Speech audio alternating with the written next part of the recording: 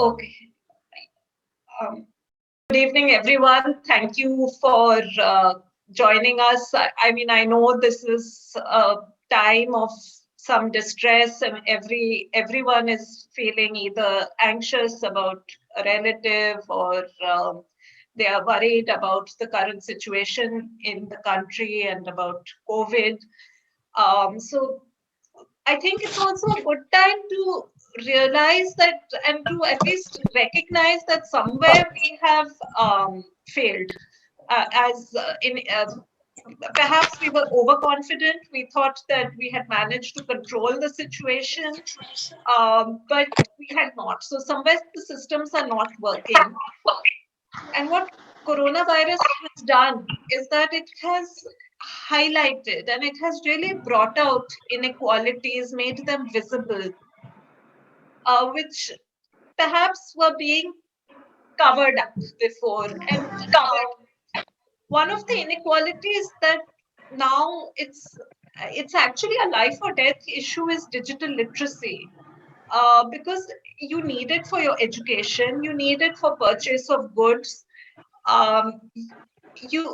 Digital literacy is now required for getting a vaccine, and the procedure for getting a vaccine for the 18 to 44-year-old age group is not that easy. The CoWIN portal is not something that is easy to navigate. It does require some level of digital literacy. And I think that again we were a bit overconfident when we thought that India is going to be able to withstand the lockdown and have online classes, and maybe those who are not able to access digital platforms are in rural areas or in maybe some tribal areas, but that's also not true. And the reason for having this webinar came about. Uh, we thought about it after the very tragic case of a student from Lady Shri Ram College who took her life because she was unable to afford the Wi-Fi connectivity and internet and access education online. So I think with COVID, it's really just made it very important to reflect, to think again: who are we leaving out? Who is not who is not benefiting from the technology that there is in place? Who is it that is suffering? And again, what COVID has taught everyone is that no one is safe until everybody is safe. So, whether it has to do with education or whether it's with a vaccine or whether it's your basic rights to your right to life and livelihood, you are all going to be affected if one person is left out. So for this reason, we are hosting this discussion today on digital literacy and the digital divide. The digital divide, for which an overview will be presented by Barsha Chakrabarti from Breakthrough, and then Ms. Vandana Madan from Janki Devi Memorial College. One thing that I do want to say before handing over to Jyoti is that we have Women Power Connect has a very good relationship with Janki Devi College. A German PhD student supported by the FES had developed a module on the bystander intervention program, which we have been implementing in Janki Devi Memorial College. And I'm hopeful that as gradually we'll be able to continue with that. So with these few words, I'll hand over to Jyoti from the FES to say a few words. Yes. Thank you so much, Gayatri. Good evening, everyone. I especially welcome Vandana ma'am, and also a warm welcome extended to Barsha Chakrabarti. A very good evening to all the participants. The program is for the students and for basically delving deep into this topic of digital divide in education. Thank you, Gayatri, for setting the context and letting the group know as to why we decided on this topic, which is so pertinent in these times. Before I go a little more into the topic, I would just like to say a few words for the organization I represent. That you already made a reference to this Friedrich Ebert Stiftung. So I just want to speak a little more on that, because we are a German foundation dedicated to the principles of peace, solidarity, and social justice. From our core values and missions of promoting social justice, we derive the value of promoting gender justice. And when you talk about gender justice at this point of time, I think it is very pertinent to speak about digital inclusion. Friedrich Ebert Stiftung has offices in about 100 countries worldwide. In Asia, we have presence in almost all Asia and East Asian countries. We have been active in India since 1983. I just want to give a little more background on how the political foundations in Germany work. Germany has this unique system of having foundations which are affiliated to political parties, FPS being close to the values of the Social Democratic Party. And the idea is that through their international work, the values and principles for which the party stands, it can carry out their work in other countries as well. So these values are very well reflected in our country office work. And in the gender unit of our India office, we've been working on women in work, women in politics, and on the issues of gender sensitization. Gender mainstreaming and gender sensitization are things which are, I think, most difficult to put into practice and to get into the systems. But also, I believe they are also most crucial, and hence our work on these issues continues. With a series of gender logs that we conduct, we want to have a larger outreach to young people of all genders. And we want to be able to have platforms for open discussions and new ideas, which we can kind of hopefully see some kind of changes in the policies in time to come. In the last few years, we've had gender logs on wide-ranging issues such as home-based workers, violence in the natal family, substantive equality, and more recently, we had one last year on sexual harassment in digital spaces. As Gayatri already mentioned, these are like chaotic, confusing, very challenging times, and a lot of us have been thrown off gear. And I think it's also the time, all the more, to kind of, take the challenges head on and stand together, show solidarity to, to our societies, to people around us, to communities, get linkages going. We've seen enormous and laudable positivity and resilience all around us, and we seem to be responding to the challenges of, these crazy times almost on a daily basis, on an hourly basis, if I may say so. And we learn also that it's the spirit of togetherness and positivity that kind of keeps us going, and actually it's the only way forward. Having said this seemed to be just the right time to give the floor to the youth, to speak to them about this topic and to understand better how the youth is coping as far as digital divide is concerned, or what are their views on digital divide, even if you've not kind of experienced it at a very personal level. And we hope to kind of have the spotlight on the ways ahead. And here we are today.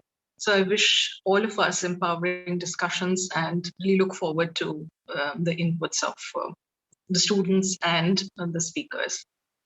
So with these words, I hand over back to Gayatri, and thank you very much.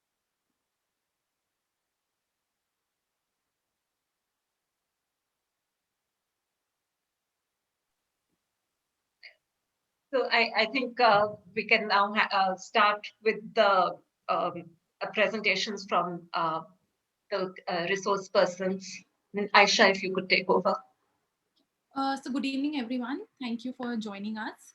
Moving forward, I would like to invite our first resource person, Ms. Barsha Chakraborty. Barsha is presently working at Breakthrough India, responsible for digital media engagement, advocacy, and partnerships.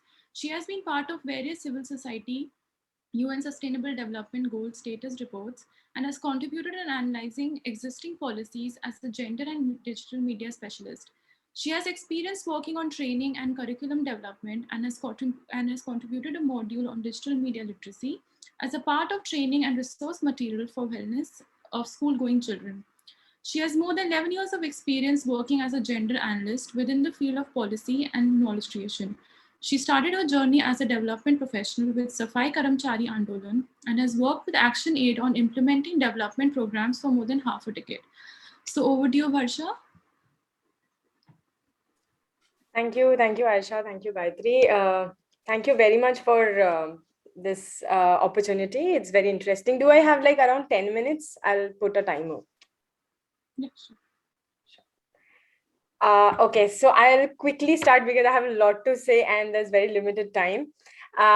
So at this point of time, and what Gayatri and Jyoti was talking about, and especially Gayatri mentioned that gradually we are getting more and more dependent on digital media, digital platforms and digitalization. Like everything is getting digitalized. Even for a vaccination, you have to digitally register yourself and then get vaccine. So given the situation at this point of time, this whole force of digitalization, there are two very important things we need to look at. One is the access and control, and the behavior. I'll first little bit talk about like access and control. So it's been kind of universally proved that women have lesser access to digital devices. And even if women have access to digital devices, that device mostly used by the entire family. So even if woman buy one mobile phone with her own money, not necessary that the woman is able to use that device herself for her own usage.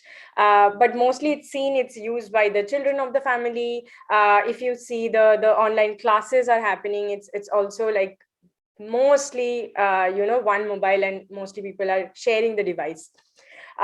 So that is one part of it. The second part of it is like the behavior as in what do we understand by digital media literacy. Like when we are talking about we have so much of digitalization, but we have very little digital media literacy.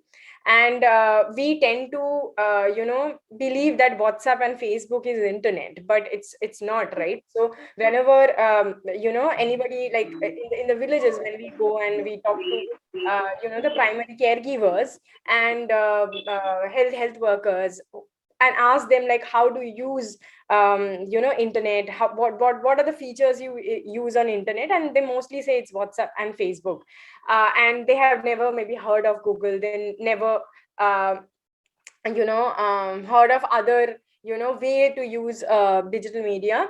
And this entire Greta push to use everything getting digitalized, like all the schemes getting digitalized. You can only get information, you can only register yourself through digital medium, is actually making them more isolated from the entire process. So for example, before, if I want to know about widow pension, I can go to like a panchayat center or some center where I can get some in-person information, or the access, like the money used to come in the post office, so you can go and like you can have like a direct access. But at this point of time, most of the notification comes in SMS, or you have this larger push of like if you go to this whole panchayat and then they'll ask you to register yourself through internet, even for the vaccination you can see.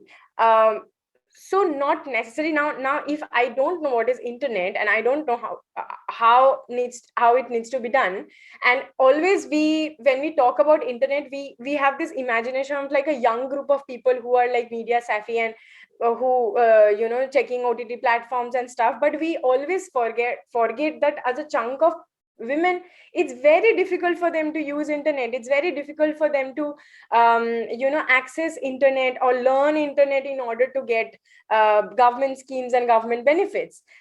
So it's very important that we look at that group of women as well, that how can we ensure entitlements in spite of them not knowing how to access digital media. So So basically, so these are different factors attached to it when we talk about like digitalization and digital access, control, and behavior.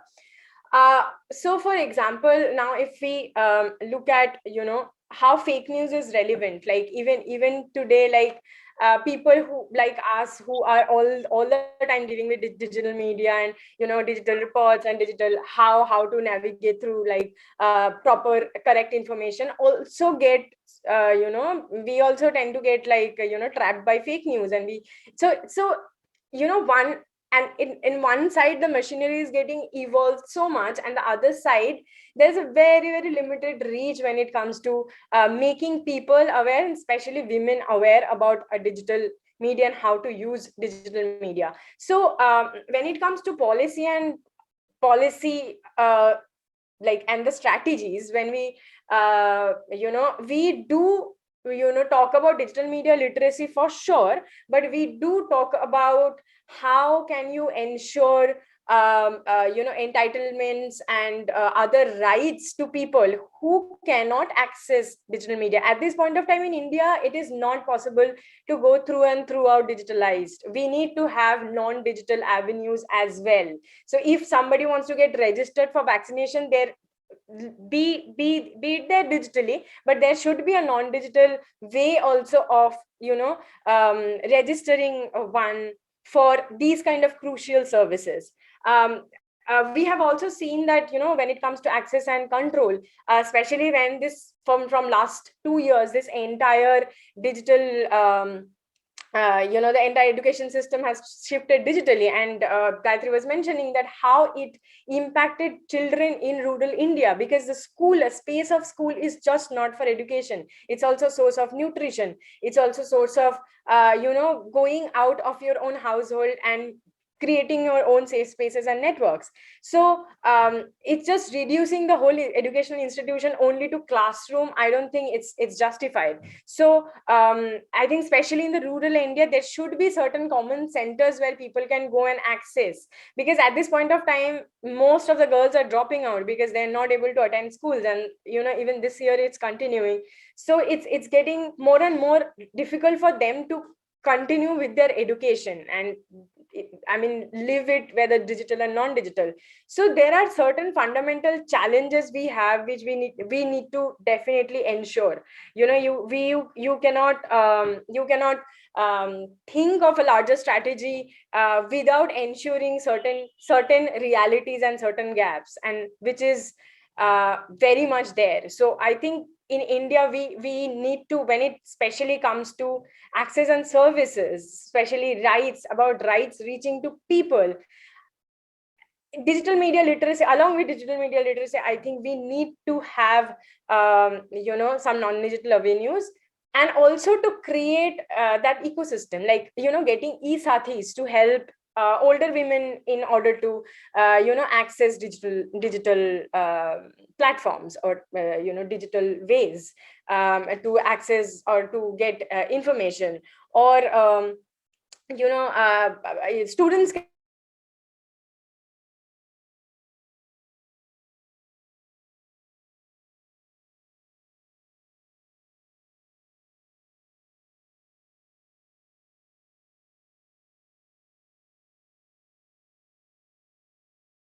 really not very optimistic about like this whole digital push will make everybody digitally capable. I think it needs to be balanced. It needs to go hand in hand. It cannot be, I think in that way this is going more exclusionary. I think only people who can access digital media or internet are able to access a lot of things, including information, including resources, including including schemes, including other different accesses, where one group is totally getting left out. Maybe they are not getting even enough information about the particular scheme which is more beneficial to them. So yeah, to me it should be like we should revisit the entire thing, because of the pandemic things have changed a lot, and we have been physically distant. We are, sitting in our own homes and trying to have this conversation today through Zoom. But we also need to very well remember that a lot of people, and a lot of them do not know what is Zoom, and always being excluded from this entire discussion. And how do we basically reach out to them? How do we cater to them?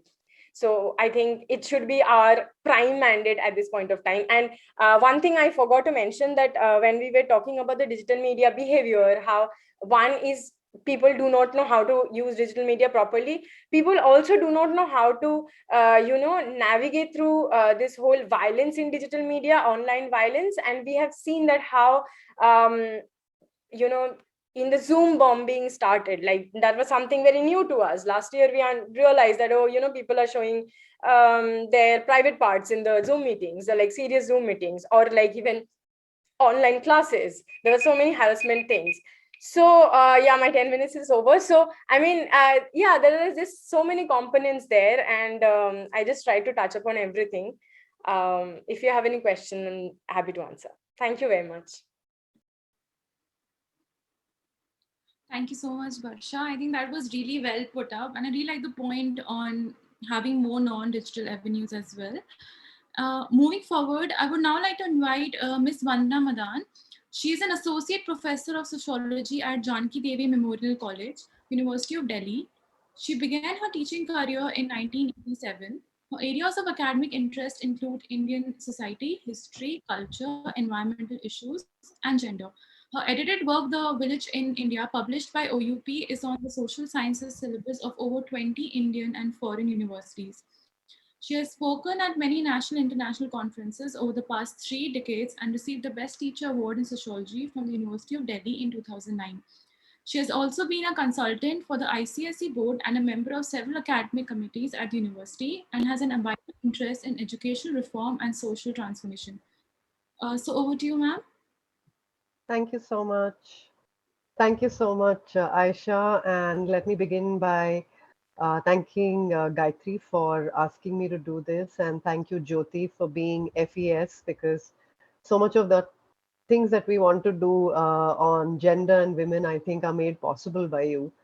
And Gayatri already mentioned the absolutely amazing work that FES is doing with the bystander program, which we are going to continue. But today, I think we are here gathered to talk about something really, really critical. And Barsha has addressed some of the very important issues, which are issues about accessibility and issues about entitlement and trying to create a stable, equal environment. And all of us, I think, there is nobody that this pandemic has spared. And we began by talking about living in a world of uncertainty. We then started calling it a new normal. And it was almost as if we had accepted living like this, like Gayatri said.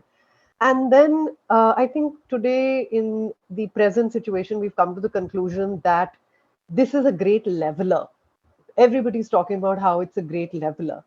But I think that's where I would completely disagree. And Barsha has touched a little bit upon that, because this pandemic has not been a leveler. It has actually thrown up some of the worst inequalities and highlighted some of the most difficult terrains that people have had to cross. And I think we, yes, are seeing it in all parts of our life, but in the education sector, that is where we are really seeing such damage. That's the word I'm going to use, that there's such damage that's been caused by the pandemic.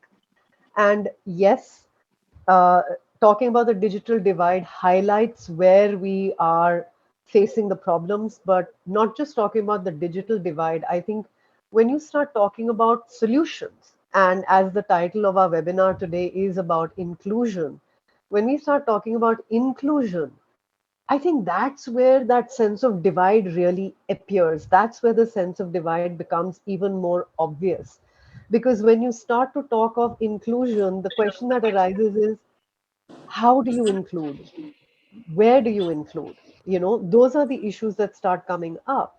Very quickly, before I talk about inclusion and the education sector, and I have been asked to touch upon what a educational institution can do, and I'll share the experiences that we have had as an institution, and our students are here today to share their own experiences.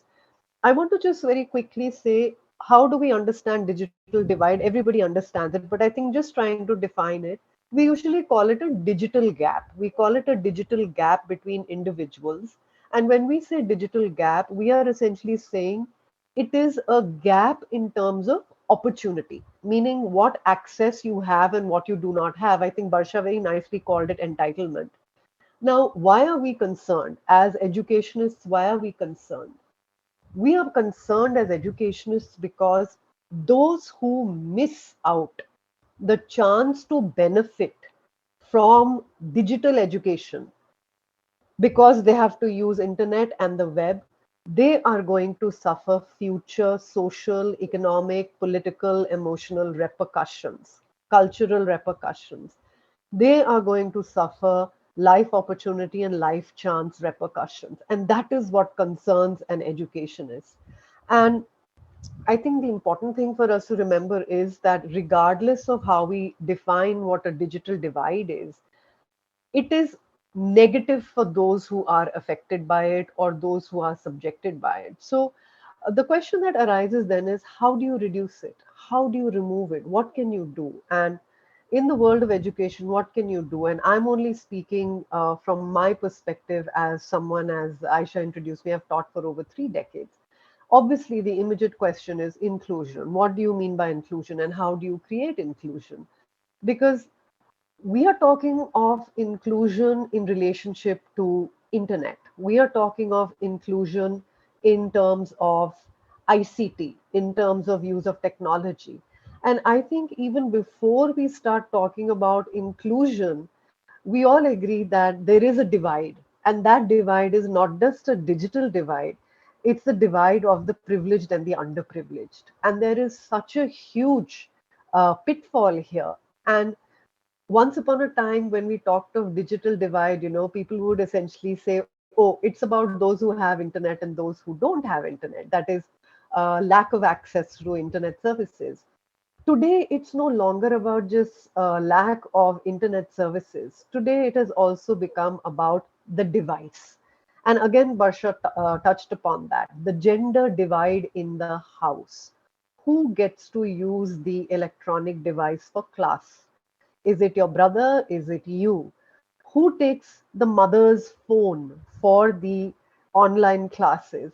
And this adds to that distinction of the privileged and the underprivileged. And this huge gender question has actually added, it has added to the uh, unequal nature of educational services, because we have students, we know we have students who have to toss up, between classes because the whole family cannot afford more than one device, more than one gadget.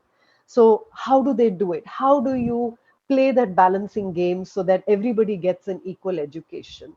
And very quickly, if we just look back at some NSS data, for instance, 2017, 2018, the NSS had data which actually said, and it may not sound like a large number, but already before COVID, before the pandemic, we actually have NSS data telling us that close to 23.8% families did not have internet. Okay. Sorry, had access to internet. So that's a very small percentage, which means about 70 plus percent of India did not have access to internet. We are talking about that 70 plus percent of India, which today is having to, go traverse this course and find a way of making sure that their children are getting an education. Because everything for a year now has been online, classrooms are online, school is online, college is online. And I'll add something here which some may not be aware of, which is that under the new education policy, there is a very clear understanding that 40% of teaching is going to be online. And that creates the big question mark. And the big question mark it creates is, how will an education institute deal with this? And I can offer some answers, because when the National Education Policy says 40% of teaching will be online, it is assuming that all students have access to internet. So 60% of your teaching is offline in a classroom. God knows when we will have that again. We hope we are going to be able to do that soon. But 40% of it is not going to be online, but it is going to be offline. So the question is, how do you overcome that digital divide? What can you do? It's not something that we can answer at an individual level. The answer to this lies at the institutional level, and more importantly, as we all have understood by now, it's actually a matter of governance. It's going to be a absolute rehauling of multiple levels of the educational system to be able to give everybody a proper education. And at the end of it also, there will be students who will be left out. They are not going to be able to get that equal access, which is really the critical issue over here. And why will they not get that equal access? Because very simply, the issue is not just about access to internet, but I would use the word the costs of accessibility. What is the cost of accessibility, and how that gender divide actually plays into that cost, that entitlement that Borsha talked about. So for us as university teachers, suddenly this thing was thrown at us, a new paradigm. We had to suddenly rethink our classrooms, because in March of 2020, we were told we are going online. None of us had ever taught online. Yes, we had maybe been to seminars, but teaching online meant completely reinventing yourself as a teacher. That is the word I would use, because uh, that sector Borsha mentioned, where you must have a non-digital sector. We have always survived non-digitally, because for a teacher, her students are really her motivation. For a teacher, the response of the student and the engagement with a student face to face, talking to you, touching you, reaching out, walking to a chalkboard, having a dialogue in class, all of that has been taken away from us.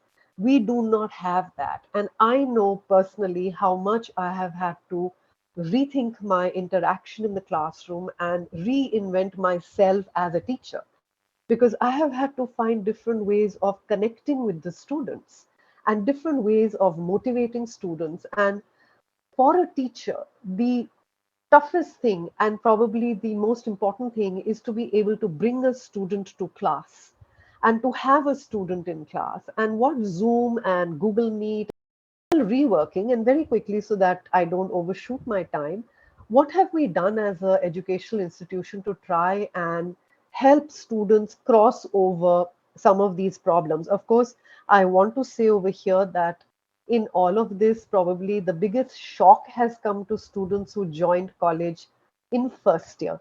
And many of them are here with us today, because I don't think anywhere in their life they would have imagined that this is what college was going to be, because they had a completely different view of what university life is going to be. And it was definitely not sitting in bed in their pajamas staring at a laptop. I don't think they ever envisioned that. But what have we done? The first thing that we did as an institution was we reached out to students who could not afford laptops. And we as an institution have catered to those students by giving them laptops. They have been loaned laptops, because it was felt that as an educational institution, how do you bridge the gap? As Gayatri said, the topic would be, how do you bridge the gap? So giving students devices, that was one of the first things that was done.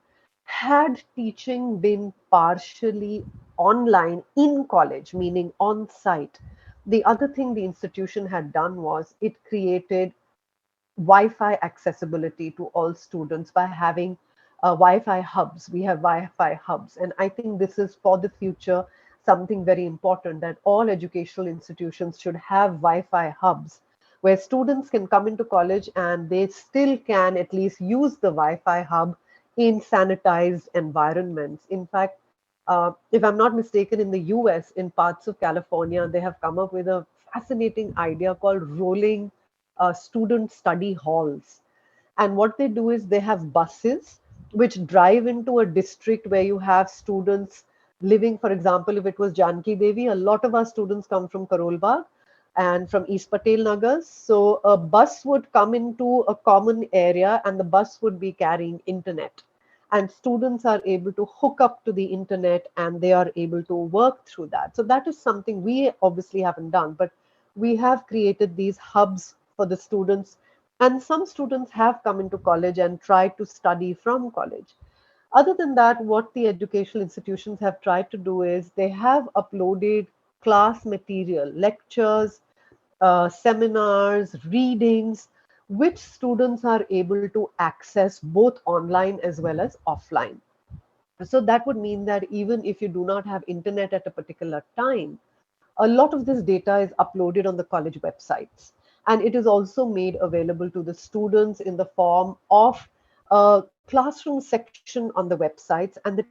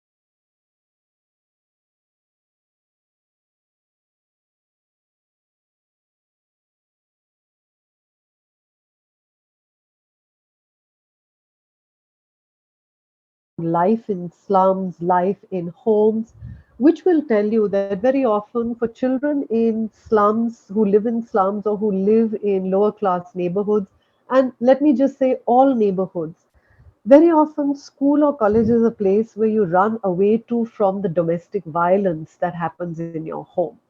And the school is a place where you not only find, or the college is a place where you not only find the safety or sisterhood of your friends, but there is a sharing.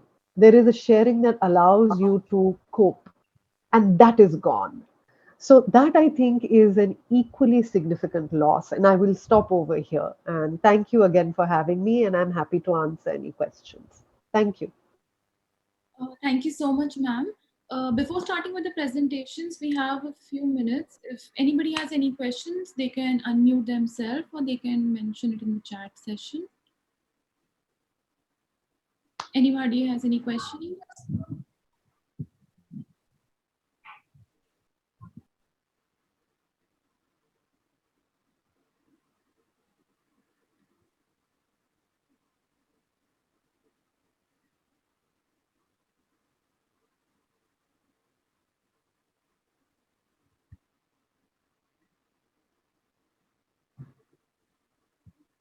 I think we'll start with the student presentations now, and then you can mention your questions in the chat section. So I would like to invite Krishna Singh from Janki Devi Memorial College. Her topic is digital divide is not only a technological issue, but a social one. Krishna, are you here? Yes, I'm here. Can you share your presentation? I've enabled the share screen. Yeah, I'm doing that. Just a second.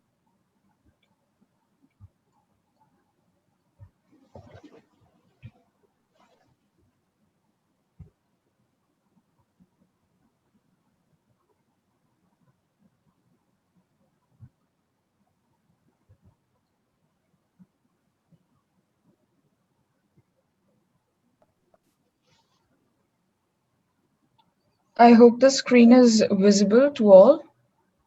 Yes, we can see. Okay. Thank you very much for having me. My name is Krishna Singh. I'm from Janki Devi Memorial College, and my topic today on which I'm here to discuss is digital divide is not only a technological issue, but a social one. Before we begin, I think it is really important to know what digital world is. For a formal definition, digital world means the availability to communicate through the internet or on any other technological resources or technological devices. The availability of digital tools and digital literacy have made the world a global village. Why I refer to this is we know how much because of digital world and digital tools and internet and social media, the world has become an interconnected place. We know what is happening where, and we can share our ideas. The second thing that I feel which is important for us is to know that the importance of digital world before moving on with our discussion. The importance of digital world, according to me, and what I have so far inferred and seen, is empowerment of people. We know how empowering social media can be, and how people have in especially the youth in these recent years have voiced their opinion about the working of the society, the country, and when the policies are making, how are they rebut it or what their reaction is.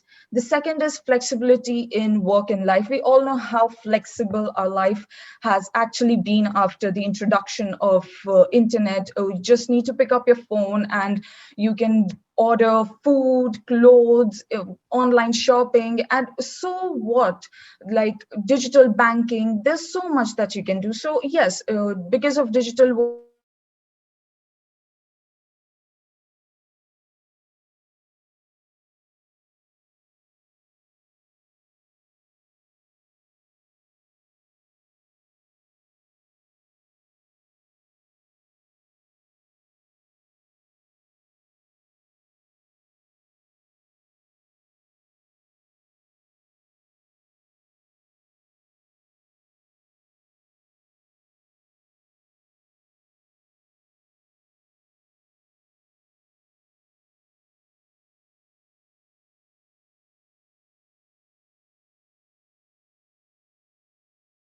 of society, because of this adoption of digital world differently by different social groups, it has created a digital divide that we further move on to.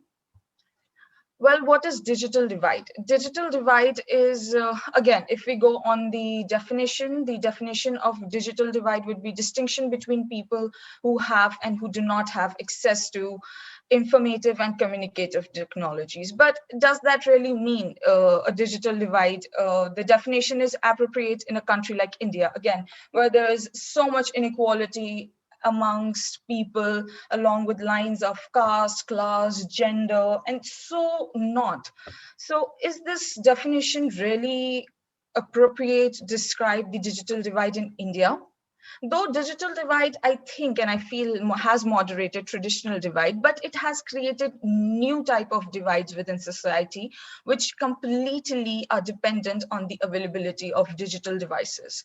Like before, Vanna ma'am and Barsha ma'am has said that now that you actually need to have a digital tool in your hand to attend your college or school. So this has actually been a digital divide created by uh, society. This actually is a digital divide that prevails in India and has prevailed, but it became very much evident during the amidst crisis of Corona. We can actually see that digital divide in working now. We see how many students are unable to access the digital devices and tools, and how they're not able to conduct classes and not be able to educate, and they have to leave their dreams and all of that. So it becomes really, really disheartening. There are certain factors which actually determines digital divide: economy, education, aptitude, and risk-taking ability. Of course, we know if you have the money, you can buy the digital tools, and if you don't have the money, you definitely cannot buy them. Education, in a sense, you need a particular and a particular type of education to operate that device. You cannot operate that device without a particular kind of education. Aptitude, many people do have the education, but they don't have the aptitude to work through these digital devices and these digital tools. Risk-taking ability is another factor which I think is prominent, in sense that it depends depends upon you if you are ready to take the risk to invest in digital technologies, or if you're ready to take the risk of investing in digital platforms, such as if you are ready to do digital marketing, or if you are interested or are confident in doing digital banking. Like, I am not confident while buying things online very much. I am really scared. So people even need to have that risk-taking ability to operate these digital divides. What I have also found in society, that this digital divide sort of creates a distinction between classes and groups in society and different stratums of society. One type of distinction that I find is a typical type of distinction. The typical distinction, again, people who do have and who do not have the excess of technology. The second type of distinction that I have mentioned here, according to me, is the elite distinction, where technology becomes the source of distinction. Sometimes you show off your technology to be distinct from certain people, and sometimes you actually go in absence of technology to show yourself distinct from other people. Why I have actually got this distinction, and I have connected it with digital divide, because you would actually see how youth these days go around without a sense of identity, and due to this identity crisis that is so amongst our youth generation these time, we actually see how this technology plays an important role. Sometimes you're going to find people swaying their phones around, showing it off, or any other technological device. And sometimes you would even find people talking about that I am not into technology. That is also a part of distinction, where you have the availability of technology, but you don't carry it to show that, okay, I'm away from it, how it has actually detained ourselves. But you have the technology, not in your hand, but yes, at home, or someone else operating that technology for you. So yes, that's it. I would like to end myself here. And if there are any questions, I am more than happy to answer those. Thank you.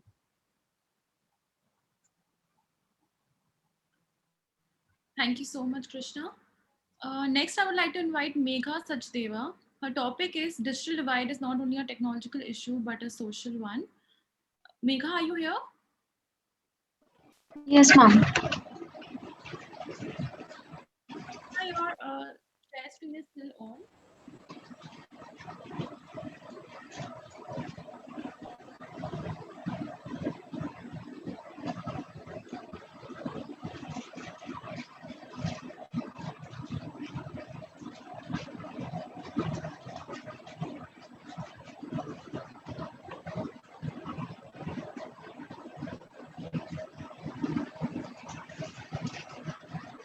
Ma'am, is my screen visible? Yeah. Thank you. Okay, so my topic is digital divide is not only a technological issue but also a social one. So I've begun my PPT by discussing what digital divide actually is. So according to the Merriam-Webster dictionary, the particular definition is the economic, the education and social inequalities between those who have computers and online access and those who do not. So basically, digital divide refers to the gap between those who are able to benefit from the digital age and those who are not able to do so. So there are many advantages that internet has obviously offered us, but this is the imbalance of digitalization which exists and which causes digital divide. Further, talking of digital divide as a social issue, there are three basic causes, or I must say types, which lead to digital divide. These are access divide, use divide, and quality of use divide. So, as Gayatri ma'am in the beginning told us about about a about a girl who was pursuing her education from Lady Shri Ram College, University of Delhi. She committed suicide because her family was in a very bad situation financially. They were struggling to make their ends meet, and because of which she had to withdraw. Like, she could not study very well because she was not having a laptop. And as everything has become online these days, so it was causing a trouble for her. And the last statement, the last thing that she wrote in a letter before committing suicide was that because of me, my family is facing many financial problems. I am a burden for my family, and my education is a burden. And if I cannot study, I cannot live. So on 2nd November, she passed away. She committed suicide, and this is what access divide is. That is that not everyone is able to afford a laptop and internet connectivity, because of which there are differences that are being caused. Then we come to use divide. Here is the concept of digital illiteracy. Like, there are people who do have access to internet, but then there is another issue that they do not know how to use it. Here there are gender issues and also age, which lead, because there are people who are older and they do not have so much of interest and even knowledge of using internet or laptops or any other platforms. So that is what causes use divide. Then I've talked of quality of use divide. Now again, there are people who do have access to the internet, but they are actually indulging in the wrong side, or I must say that they are misusing their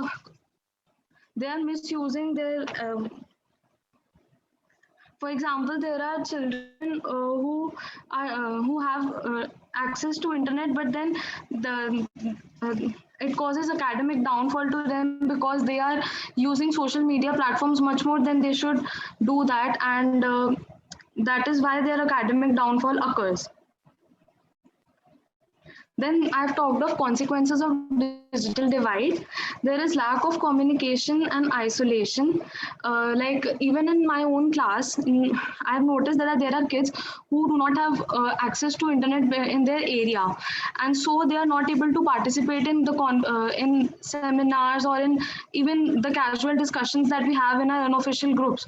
So that's how they are left behind. They are not able to cope up with everyone around them, as compared to those who have very like, who reply very frequently, or who talk a lot with people, because they have no issues in doing so. Then there are barriers to study and knowledge, like the coronavirus have affected digital divide in education. Students and teachers, they lack of digital skills, and that is why they are not able to teach the way they used to do when things were physically happening. Then it also accentuates social differences. People who are who are very much talented to get a job, if the interviews were happening in person, or I must say in a physical situation, they are not able to cope up with the requirements when things are happening digitally. They are not able to do work from home very efficiently. That's why they lose their job, and that is how COVID-19 has affected the economy of India. Lastly, I'll be talking about overcoming of digital divide. So there are 5 basic things that I think can overcome digital divide in India. That is increasing affordability, that internet packs should be made cheaper, which they are not. Then empowering users. Intelligence should be provided to people who are not very much aware of the usage of internet. Then improve the relevance of online content, internet infrastructure development, and lastly, the gender gap in internet access should be addressed. Thank you. Thank you so much, Megha. The next 3 presentations are on the challenges to ensuring inclusive education during COVID-19 and its impact on education. The next student is Arpita Raj. Arpita, are you here? Yes, ma'am. So, good evening, everyone. Firstly, thank you, Women Power Connect and Vandana ma'am, to give us opportunity to present our views. So, I am Arpita Raj, presenting my views on what are the challenges to ensuring inclusive education during COVID-19 and its impact on education. So, as we know, we are facing a global health crisis unlike any in this world history. The crisis that is killing people, spreading human suffering, and upending people's lives. But this is more than a health crisis. It is a human, economic, and social crisis. The coronavirus disease, which has been categorized as a pandemic by World Health Organization, is attacking societies at their core. The COVID-19 outbreak affects all segments of the population, and it's particularly detrimental to members of those social groups in the most vulnerable situation and continues to affect population, including people living in poverty situation, persons with disabilities, youth, and indigenous people. Moving from the economy, the COVID-19 impact on education has been cruel and its repercussion will be seen in the upcoming future. As per the report of World Bank, that there will be the lifelong impact on school closures on the productivity of this generation of students. Children being out of school for about 1 year might forget some facts as well, impact on their learning capacity. The impact of this pandemic has seen on how people learn, work, and live. How to adapt a system of education built around physical school is the most important challenge. At its peak, more than 188 countries encompassing around 91% of enrolled learners worldwide closed their schools to try to control the spread of the virus. School and universities closure have a very real impact on all students, but especially on the most vulnerable ones who are more likely to face additional barriers. Children and youth from low-income immigrant refugees, ethnic minority, and indigenous backgrounds with diverse gender identities and sexual orientations, and those with special education needs suffer by being deprived by physical learning opportunities. As I mentioned, the disruption in education and learning could have medium and long-term consequences on the quality of education, though the efforts made by teachers, school administration, local and national governments to cope up with the unprecedented circumstances to the best of their ability should be recognized. One measure that has taken is that learning can continue through distance education, especially by digital means, without a student's physical presence in school, even though this entails some challenges. These challenges can affect various aspects of education, including the student-teacher relationship that is so crucial for student success. Also, in developing countries like India, with vast disparity in social economic backgrounds of students and the quality of education institutions, the shift has not been easy. The digital divide has been further widening the gap. The idea of digital divide is growing the gap between underprivileged members of society, especially rural, poor, elderly, and handicapped portions of the population who do not have access to the digital learning resource like computers or the internet. The digital divide as a whole remains an enormous and complicated issue, heavily interwoven with the issue of education and poverty, and it needs urgent attention from both public and private sector players as the crisis continues. While the most vulnerable students might not have access to digital learning resources, some government and civil society organizations have provided them with computers or tablets as well as internet access, or have organized teaching through television, phones, or radio. A number of countries offer useful insights into some of the most equitable and inclusive solutions to provide access to digital learning resources and effective distance education. In India, in rural areas, online remains as aspiration. All India Radio and Doordarshan channel can be used to broadcast lessons, given that education is one of the three functions of the two agencies.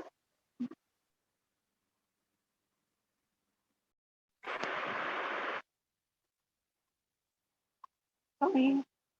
Those courses which need demonstrations and where observed physical activity is important can be broadcast on TV. There are two benefits from this. One, we will be able to reduce for our teachers and students the strain of having to stare at their screen endlessly. And two, with All India Radio and DD being free, the heavy drain on financial resources will be drastically reduced. As we have seen, the challenges we are facing with this global pandemic has drastically impacting our lives. As I mentioned earlier, the COVID-19 impact on education has been cruel and its repercussion will be seen in future. Though with some positive efforts, we can cope up with this crisis. Our capacity to react efficiently in the future will hinge on government foresight, readiness, and preparedness. Through their role in developing the competences and skills needed for tomorrow's society, education system will need to be at heart of this planning. This includes rethinking how the economic should be evolved to guard against adversity and defining the skill, education, and training required to support it. This also means working in close collaboration with both public and private sector. So we need to come together to fight with this global pandemic and hope for the better. Thank you, everyone. Stay safe and have a nice day. Thank you so much, Arpita. Next, we have Purvika. Purvika, are you online? Yes, I'm here. I'll just be sharing my screen.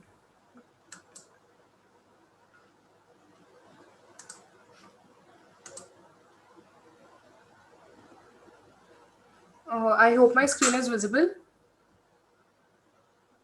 Yeah, we can see it. Okay. So good evening, everyone. My name is Purvika Mammani, and today I'm going to briefly talk about the challenges that are in front of us while ensuring inclusive education during the COVID-19 pandemic and its impact on education. As you can see on the two pictures displayed on the screen, the gap between those who could access the online teaching mode and those who could not had grew tangibly wider. So firstly, let's talk about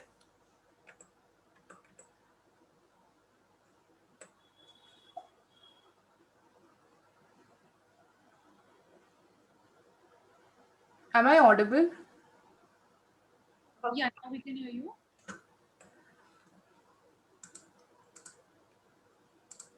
Okay, I'll just restart my presentation. There was some lag, sorry.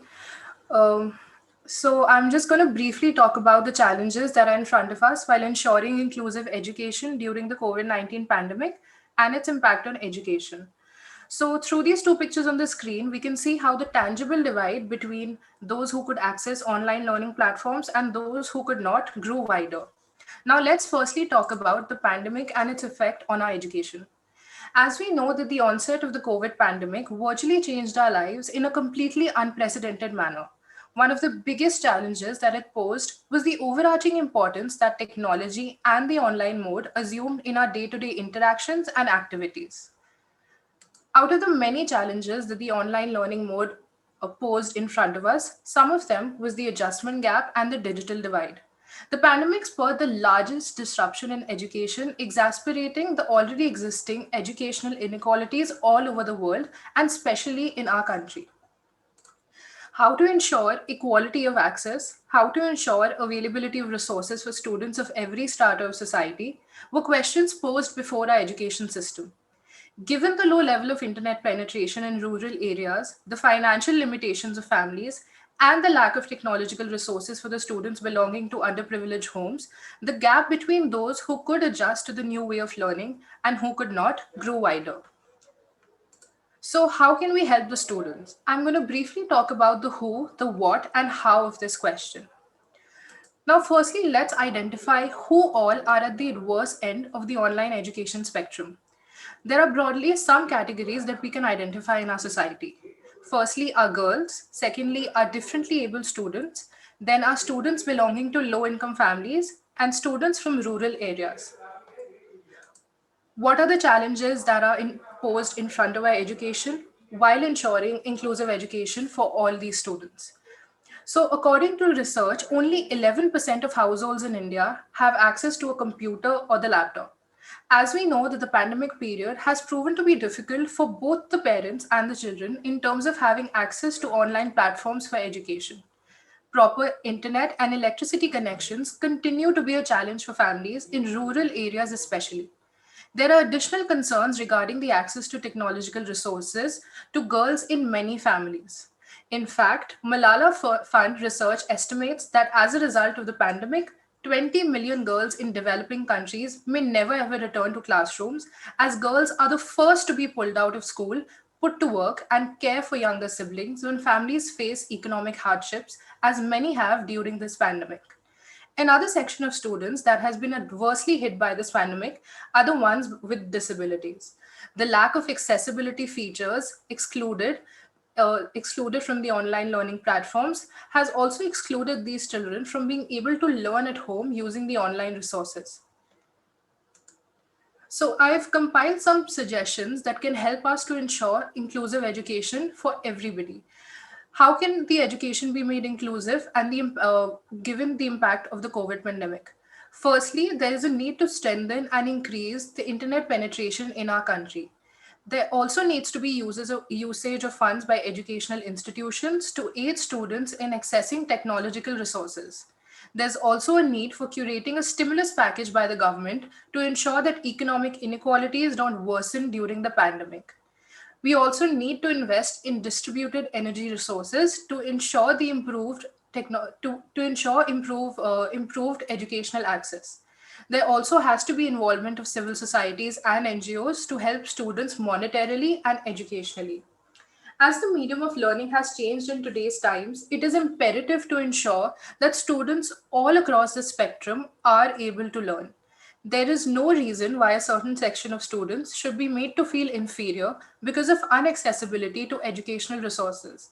In the presentation, I've included some suggestions, as I just talked about, that can ensure inclusivity of education.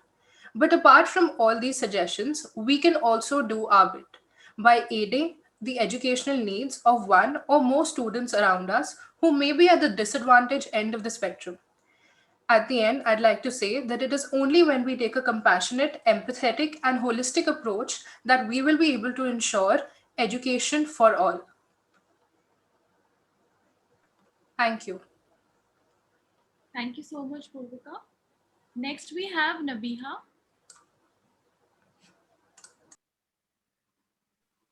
Nabiha, are you online?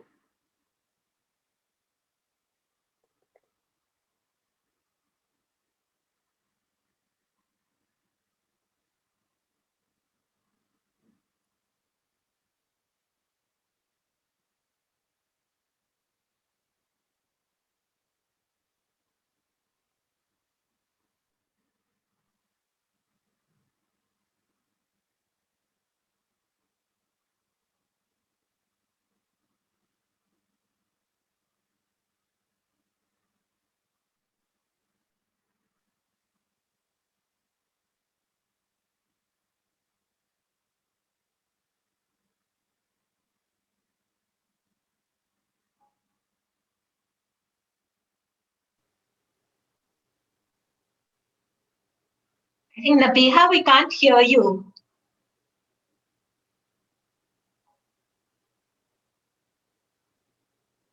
Her mic is on, but we are not unable to hear. Nabiha?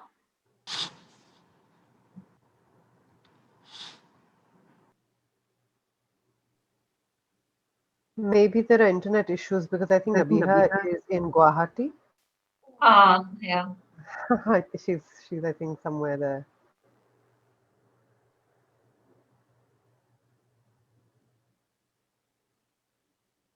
So shall we move on to the next, and then we'll come back to Nabiha, and hopefully by then the internet issue will be resolved. Yeah, I think we can do that. Muskan, if you're here, would you drop a message to Nabiha? Okay, so our next presenter is Kartika. Kartika. Her topic is on recommendations for improving learning and assessment systems during and post COVID-19. Kartika, are you here? Yes, I'm here. I will be sharing my screen.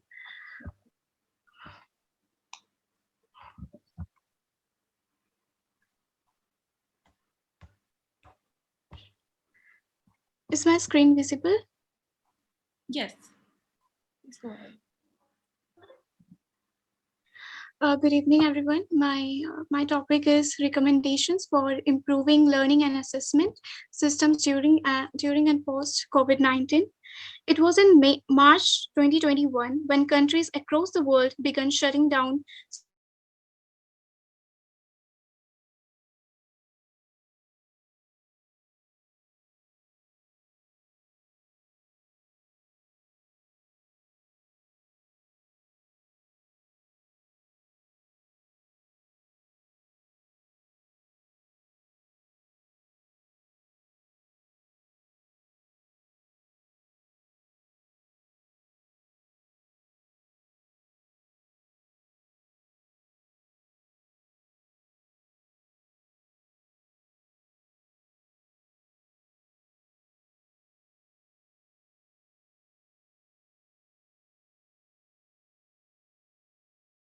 mobilized around the protection of public education and its financing.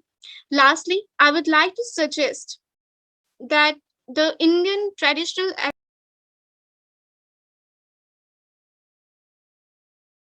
traditions, values, and benefits to develop sustainable technologies and medicines. The courses on Indian traditional education, traditional knowledge system in the field of yoga, Indian medicines, architecture, hydraulics, and agriculture, etc., should be integrated with a present day mainstream university education to serve the larger cause of humanity. Moreover, I believe that our education system should adopt a hybrid culture with both traditional and physical schooling as well as the use of technology by both students and teachers in class.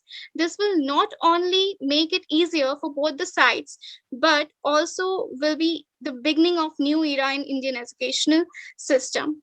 In the post-pandemic world, homeschooling should be given equal importance as a physical format because we all can observe that practically in the present scenario, homeschooling has been the only plausible option around the world. If planned well and given the space to grow, students can utilize the option of homeschooling as an alternative without the concern of lagging behind. COVID 19 presents us with a real challenge and a real responsibility. In this time of crisis, a well rounded and effective educational practice is what is needed for the capacity building of young minds. It will help us, it will help to develop skills that will navigate their employability, productivity, health, and well being in the decades to come, and it will also ensure the overall progress of India. Thank you. Thank you so much, Kartika. Nabiha, are you online right now? Yes, I'm here. Can you try sharing the screen? Yeah, yes.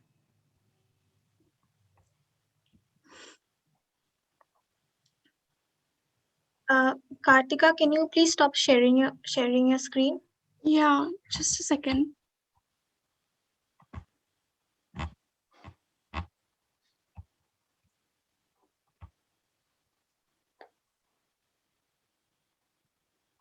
Is it visible? Yes. Okay. Sorry for the inconvenience. Okay. Good evening, Ms. Barsha Chakraborty, teachers, my fellow speakers, and audience. I am Nabiha Rahman. Today, I'm going to do a presentation on the topic, the challenges to ensuring inclusive education during COVID-19 and its impact on education. Okay. Let us all first understand what do we mean by inclusive education.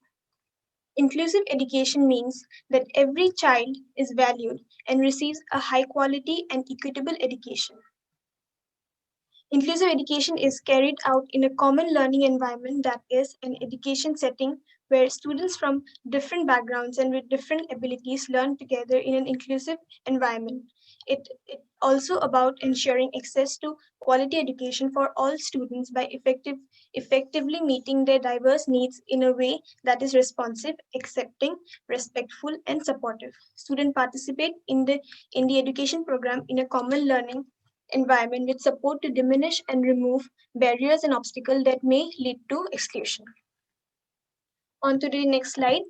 As we all know, very unfortunately, the world was hit by a deadly disease called coronavirus, also known as COVID-19 in 2019. And ever since, it has affected thousands of people, our day-to-day life, and disrupted the world in every aspect possible. Similarly, COVID-19 has affected a great deal on inclusive education and education as a whole. A holistic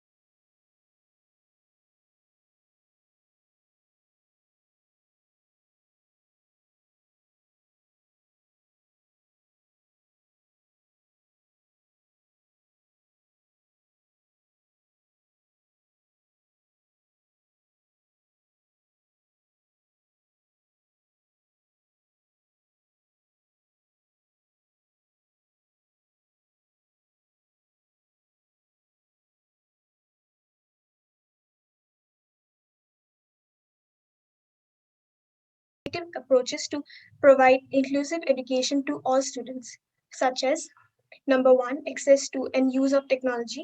Inequality in student access to technology during COVID-19 have been widely reported. For many students with additional learning needs, the increased reliance on technology during COVID-19 has contributed towards further challenges.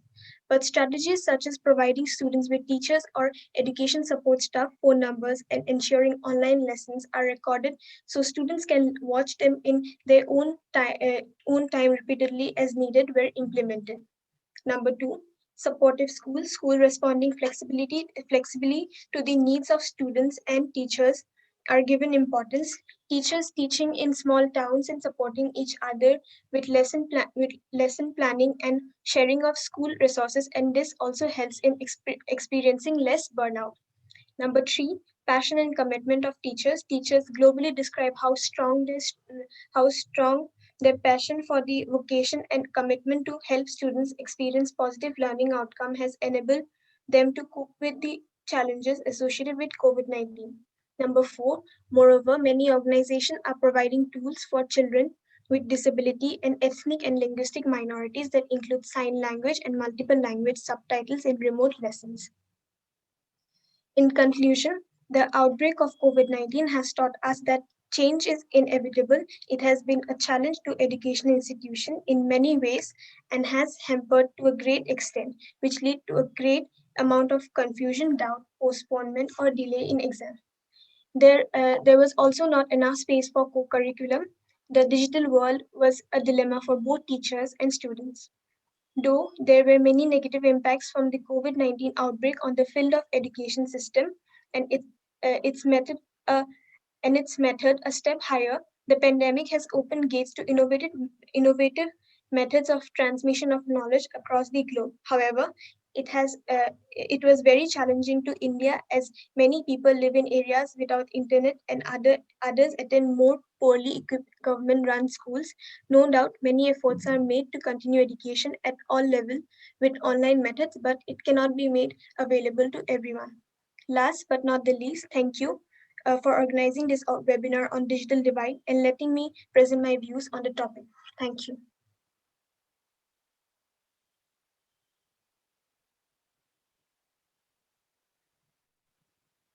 Thank you so much, Nabiha. This was the last presentation. We are now open for a Q&A session. Anybody has any questions? Please unmute yourself or you can write it down in the comment section.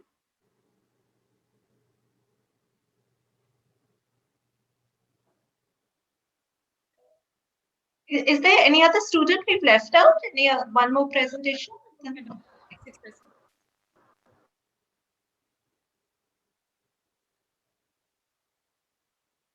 I do have a comment. I think while we are waiting for other students, maybe they are thinking of their questions. But what I want to say is that I think after listening to you and one is, of course, it's very heartening to learn of the measures that Janki Devi College has taken to help students who are not able to access laptops by providing them and helping to bridge the gap. But my own feeling about this is that the change is going to be long lasting. And I think the change happened faster than anyone anticipated because of COVID. And it's going to be difficult. I think one of the students mentioned having to become passive learners because the internet doesn't offer as many opportunities for interacting. But I'm also very grateful for the suggestions that have come. And I would agree that it's largely the responsibility of the government to help bridge the gap, and NGOs and CSOs can contribute in that way. But first, stimulus packages have to be given for bridging the digital divide.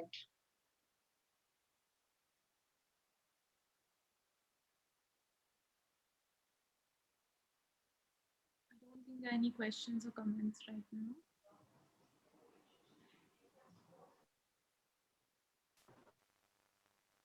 Gayatri, if I may add, I think a very important thing that would, can you hear me? Yes, yes. I think a very important thing we all must think about is something you just briefly touched upon, which is we've all been actually thrown into this without really knowing where we are going because of the manner in which everything happened.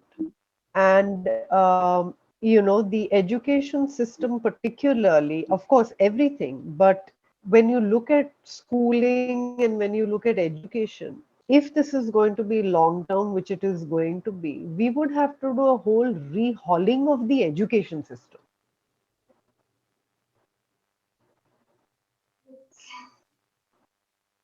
Um, I know, for example, at the workplace, the way we are grappling with it is the work has slowed down. And one of the students did mention that those who work from home, those who don't have access to digital technologies are going to find it difficult to continue with being able to earn a livelihood. But even workplaces are grappling with it, and there is going to be. Sorry, I think I got disconnected. Yeah.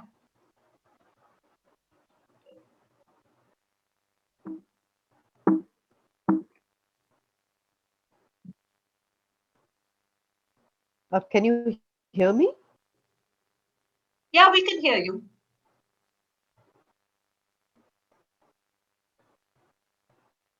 I think, ma'am, no. Ma'am, we cannot hear you right now. No, now you're on mute.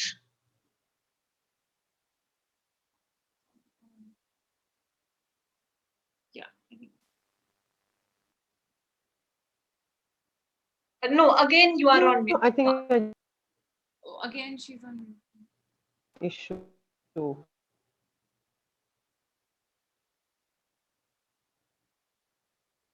Again, she's on. I'm actually getting automatically muted for some reason. I don't know if I can be heard. No, you can be heard. We can hear you now.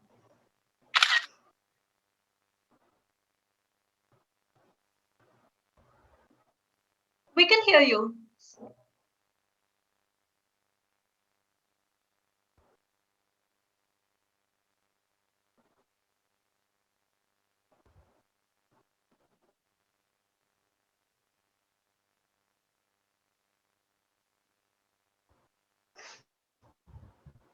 Are we waiting for one more presentation?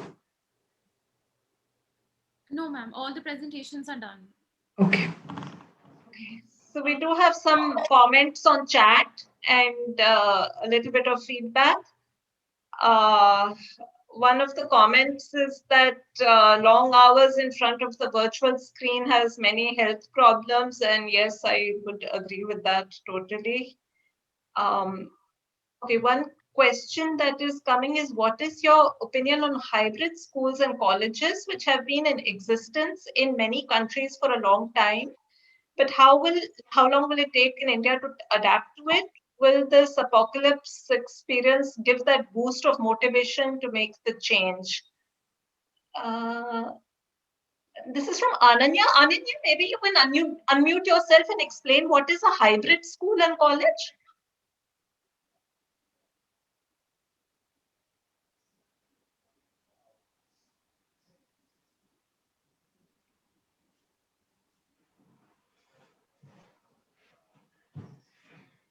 She says there is a bit of a mic issue, but she can type. Okay.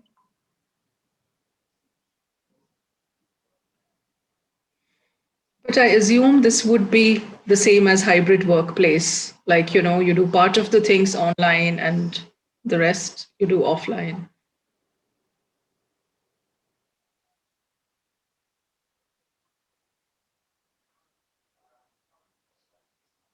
We at FES have been talking about hybrid workplaces.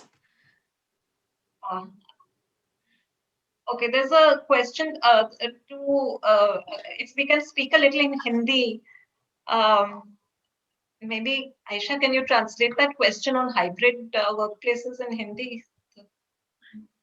Sure about the hybrid मिला जुला जहाँ पे online classes भी होते हैं और offline classes भी, तो मतलब इंटरनेट के साथ भी और कॉलेज जाके भी Yeah, Ananya, just ऐसे शुरू कर सकते हैं. कि आमने सामने बैठकर भी आप पढ़ाई कर सकते हैं और घर पे बैठ के आप टेक्नोलॉजी भी यूज कर सकते हैं, मतलब 50 दोनों। चलेगा। So sorry, I got disconnected, and this is, I think, the problem we face every day in class. It's this that we are talking about today. I don't know if earlier on what I was saying could be heard, but I just wanted to say that the way the pandemic happened, we've all got thrown into this without really knowing what to do, and we're all learning on the way, and there are going to be hits and misses, and I can absolutely say that it has, for me personally, required a complete, as I said when I was speaking earlier, a complete rehauling of how I think of teaching. And I have also had to become adept at technological knowledge and digital knowledge, and I deal in the classroom with students who have so many issues. Forget connectivity as an issue. I think what we are not talking about at all is how the home space is a very restricted space.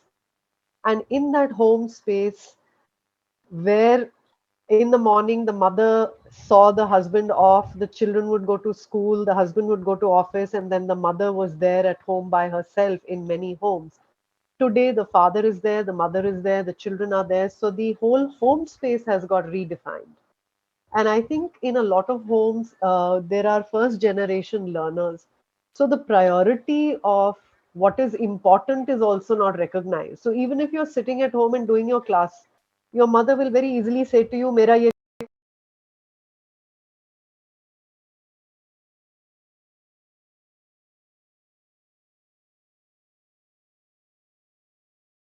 whole thing is going to require a real huge, reworking of everything, including family relationships.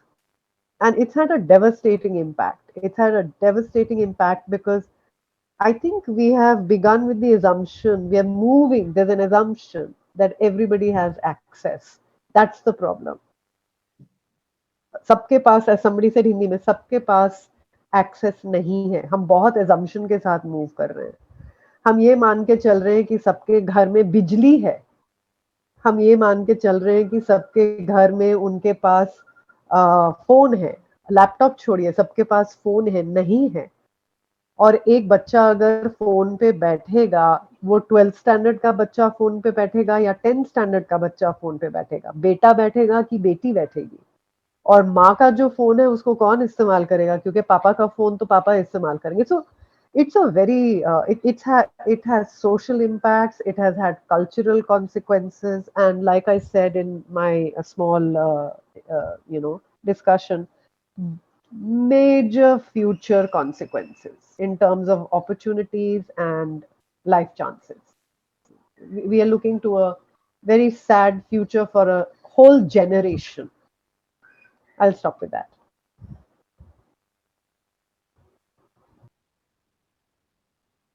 I think the question on hybrid schools, maybe Professor Vanna could take that. There's also one presenter who's left, Gaura. I think Is she left? Yeah, she's Yes, left. ma'am. I think what we'll do then Well, is let's maybe we have Gaura's presentation and then we can conclude the webinar. Yes. Thank you for this opportunity. I thought the time was up. So today I will be speaking on the topic digital divide is not only a technological issue, but a social one. I hope I'm audible to everyone. So in simple terms, we can define digital divide as a gap between demographics that have access to technology, network and information and those who don't. The digital divide is considered a social issue due to the features of the demographics which do not have access to these means of communication or connection. As a society, it is widely acknowledged that most of the population who are underprivileged, poor, rural, elderly, handicapped, or belong to a marginalized group are the most affected by the inaccessibility. India has the world's second largest pool of internet users, about 600 million, comprising more than 12% of all users globally. Yet half its population lacks internet access. Even if they can get online, only 20% of Indians know how to use digital services, according to government data. In today's world, modern era, when technology plays such a crucial role in our day-to-day life, whether it is for entertainment, information, livelihood, or even menial tasks, it becomes imperative that these advanced resources and the knowledge required to operate these resources are available to all members of the society. Owning personal phones, laptops, computers, having a stable internet connection has become a must. However, we should also acknowledge that we live in a society where natural resources are divided unequally.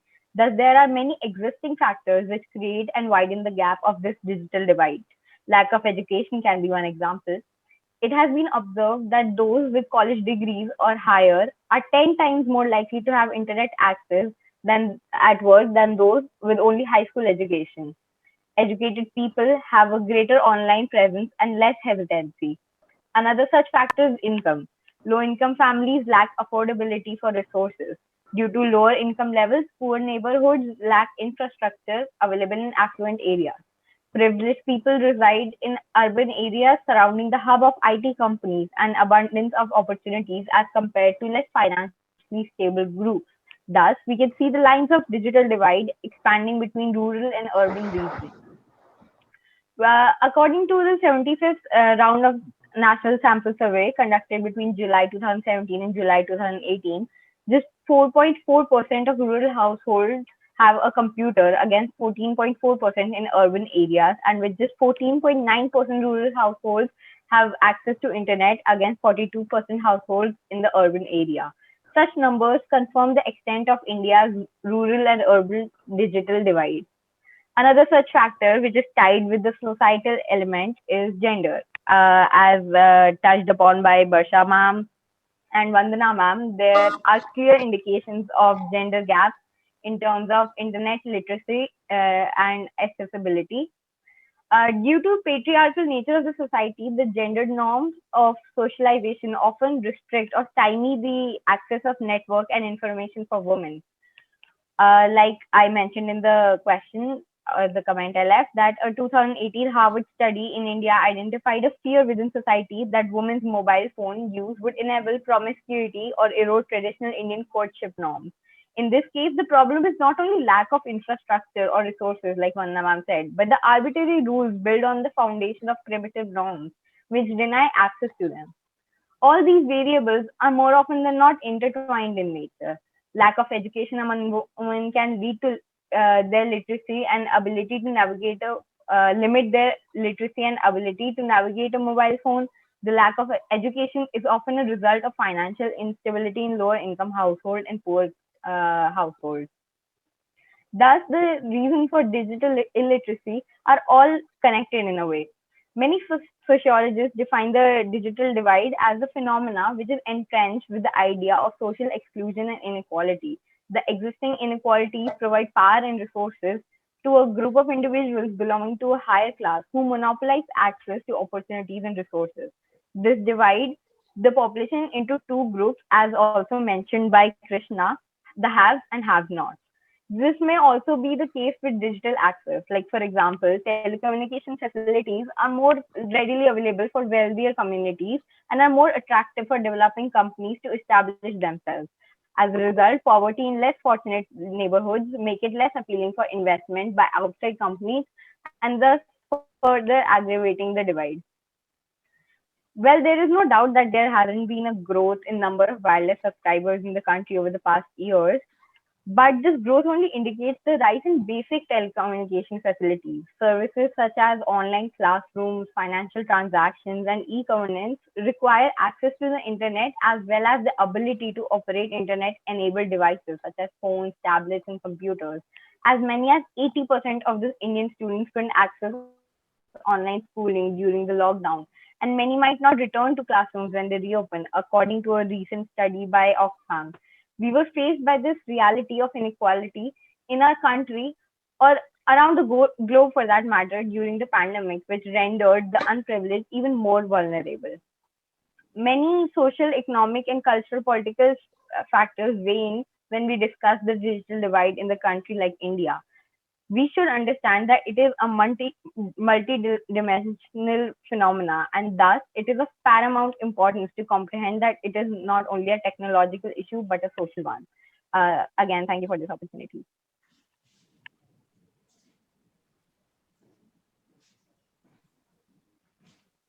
Thanks, Gaurav. I appreciate all the student presenters for the valuable inputs that you have made. I think the recommendations that have been made have been well thought of. And yeah. There was any last words from anyone? Maybe Jyoti or... I mean, I could, Gayatri, just say that I would like to say that thank you for doing this, because I think when we're talking of recommendations, we somehow always think of top-down recommendations, and it's so important to listen to the real stakeholders.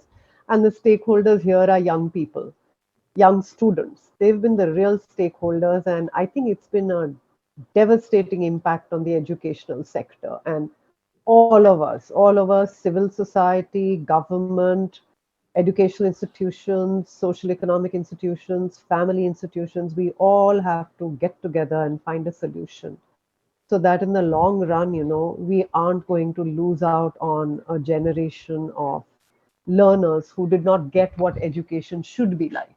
I really, really feel that. And I know FES and WPC does so much work on it. So in any way, if we can contribute, we will be so happy. Thank you for doing this, really. Thank you. And I remember what you said about first year students, and I'm just remembering how excited I was to join college the first time and go out. And it's really a way to get out of the home, and you think of it as a place where you have fun. Yeah, this year nobody expected you'd be in your pajama looking at us computer. Yeah, fun and freedom. And I was talking to my students one day and I was saying, I'm sure your idea of the first year in college would be a lot like what the Hindi movies also made it out to be. And it's been a complete wet, damp squib. It's okay for a little while. But I think then you also get bored of being in your pajama. You need a life, you need the friends, you need that interaction. It's so critical to your growth. And these young people are completely missing it out. And it's so sad, so very sad.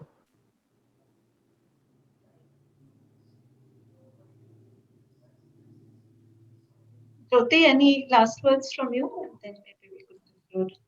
No, I completely agree with Vandana ma'am that it's been a very difficult year for everyone, and I guess we all acknowledge that the road ahead is still is not easy. There are kind of challenges that we still are, the challenges that are staring at us, and one has to kind of keep the strength and keep going, make the most of what is, and make the most of the digital spaces, and just kind of sometimes one has to also be a little stoic about things that are around us. There's just nothing anyone can do about it. So yeah, just wish you all the best. Keep the strength, keep the positivity, keep the cheer alive, and keep going. Thank you. Absolutely, and please stay safe. And I think what I've taken away from this webinar is that whatever inequalities were there, they have come out in the open. There's no hiding it anymore. There's no brushing it under the carpet. So we have to start thinking big, and the changes that will come about will be big. So our thinking also has to become bigger than perhaps what it was. Aisha, any logistics about certificates? Do students have to send their full names or anything? I have all the details. All the students will receive their certificates. I have the email addresses. All right. Okay, so with that, Thank you again. Yeah, thank you. Thank you so much again. Thank you. For taking part. Stay safe. Good night. Good evening.